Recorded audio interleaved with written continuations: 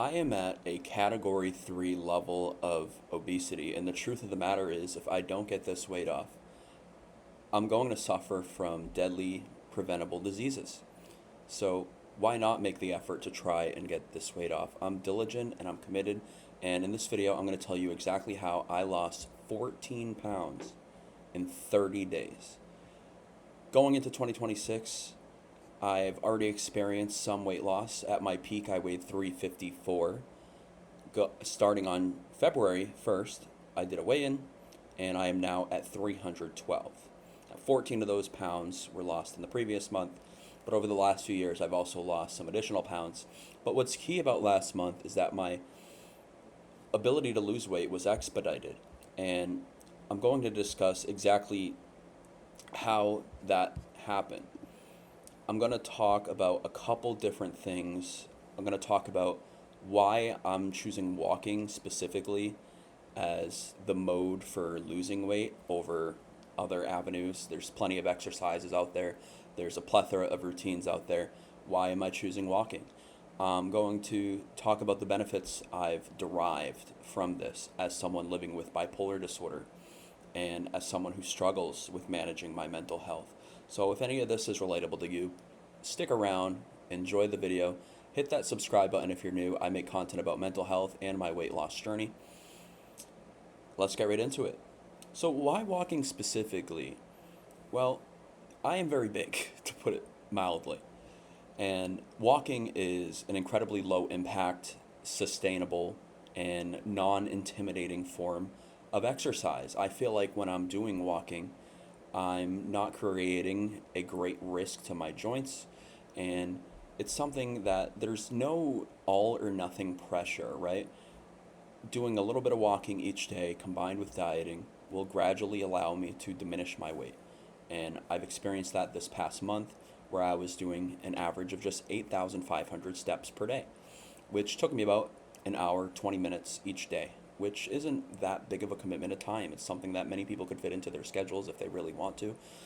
And I know some people might counter and say, oh, well, I work a 9 to 5 and I got to sleep 8 hours a day. But look it, if you're spending hours a day on technology, hours a day on your phone, hours a day watching TV, hours a day watching YouTube, then that's time that you could allocate towards getting your steps in. And I'm able to still do other things in addition to doing my weight loss routine of walking every single day. And I haven't found it to be particularly burdensome. So walking, it's something you can do also even on days where you're experiencing low amounts of motivation. You're not going to want to walk your goal amount of steps every single day. The goal you set for yourself, you're not going to hit that mark every single day. There's going to be days where you reach half that or a quarter of that.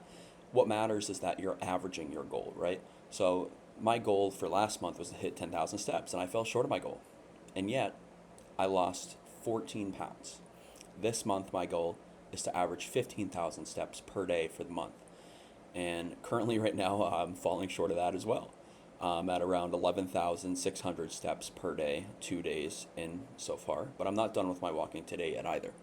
But I'm confident that by the end of the month, I'll be close to or at or even above that average of 15,000 steps that I've established as a goal for myself.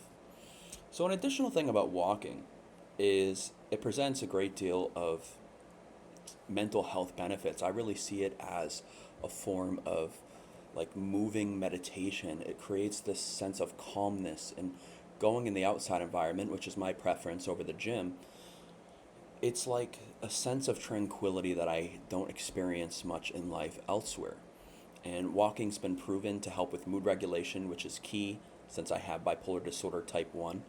And it can diminish your anxiety. It results in clear, more focused thinking, which as a student I'm going to need when I return to college this coming fall. And so, yeah, it's just especially powerful for someone managing a severe mental illness without over medicalizing the issue, right? But it's something that benefits everybody, not just people with severe mental health conditions. Another benefit is it's provided me with structure and routine. Every single morning I get up and I walk to the convenience store to get myself a coffee from this place called Mac Shell, and then I walk home and it's 2,500 steps, and then I enjoy my coffee. And before I go back out. I'm trying to incorporate reading into my schedule. And I've just have these specific set of steps that I've delineated for myself, which I've been able to adhere to mostly. The reading I'm still working on incorporating. I don't read every day, but the steps, I'm hitting my targets most of the time, and that's what's key. And so having that structure, it also creates momentum for making better lifestyle choices. For myself, that means hydrating more, eating less food, eating smaller portions, and getting a consistent night's sleep every single day. My sleeping has improved. I have been drinking more water so that I stay full.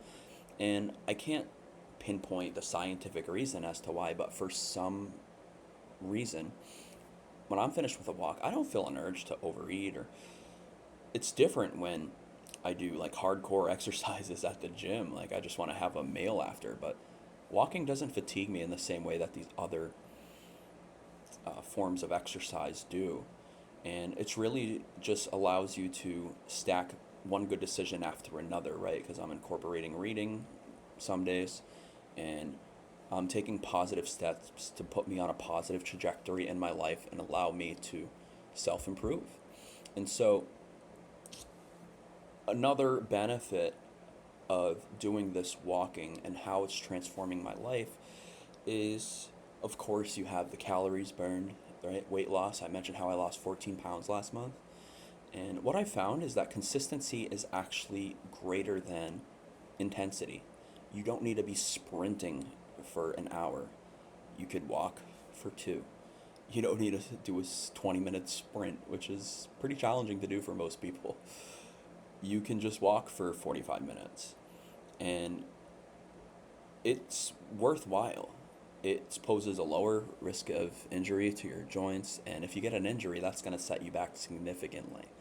And so, daily movement for me is a far better option than having these like sporadic extremes where, one particular day I'll do 30,000 steps and then I'll go 3 days in a row without walking, right? In a sense, I'm still hitting approximately similar amount of steps as I would if I were doing them daily. But daily movement for me, developing and establishing those habits, there's a concept that the author of Atomic Habits, James Clear, calls automaticity. And it's essentially when behaviors become automatic. Walking, for the amount of time that I have, the amount of days that I have, has become so natural to me. It's literally, in some sense, become a part of my identity. And I guess that could be perceived as a bad thing depending on how you look at it. If you're neglecting other important life tasks or priorities, then sure, it could be an issue. But I don't feel like I'm doing that. I don't really got much other priorities right now than losing weight. I'm really fortunate and grateful that I'm able to focus on that. But so I am trying to lose weight, but I'm also trying to make sure that I'm becoming someone who moves daily, because your risk of contracting deadly preventable diseases drastically reduces when you do really any form of cardio. And so I'm trying to just trust myself and continue to bolster my resilience. And one last thing that I'll say, for those of you who are trying to set a step goal of your own, I imagine that if you click this video, you probably came in with the intention of figuring out how it's benefiting me and then trying to draw some insight on how it could benefit you. And the thing that I'll say is, there's three quick things I'll mention. And I feel like the first thing is you want to start where you are. You don't need to start with doing 10,000 steps a day. It's hard to go from, doing 1,000 or 2,000 steps to 10,000, right? Increasing your volume by 5 to 10 times is a challenge, and I feel like you'll set yourself up for failure if you go in and try to make that big of a shift. So start where you're at. If you need to start with 5,000, great. If you want to start with 8,000, terrific. You saw the progress that I had this past month with doing 8,500 per day. And if you want to aim for 10,000 or more, fantastic. I mean, I'm aiming for 15,000 steps per day for this month, and so far I'm short of that goal, but I know I'm still achieving results because of the success I had last month when I was averaging about 3,000 steps less per day. Another thing is with walking is you don't need special gear, right? So there's no excuses. You don't need a treadmill in your home to walk. You can just walk outside. In my case, we just had that severe winter storm a few days ago, And I actually did my walking inside, and it was tedious and time consuming, but I was able to make it an enjoyable experience. I put on some music, and I really just locked in and got accomplished what I needed to accomplish. The last element of this is that walking is not a backup plan. It's truly a foundation that you have to establish for yourself and build upon. So don't see it as like, oh, I can't make the gym, so I guess I'll just walk. Just walk for the sake of walking. I just enumerated so many benefits that I've experienced, and these are benefits that you can experience too. So, thank you so much for watching, everybody. Um, I appreciate you stopping by. Love, light, and tranquility to all. Hit that subscribe button if you're new. Peace, y'all.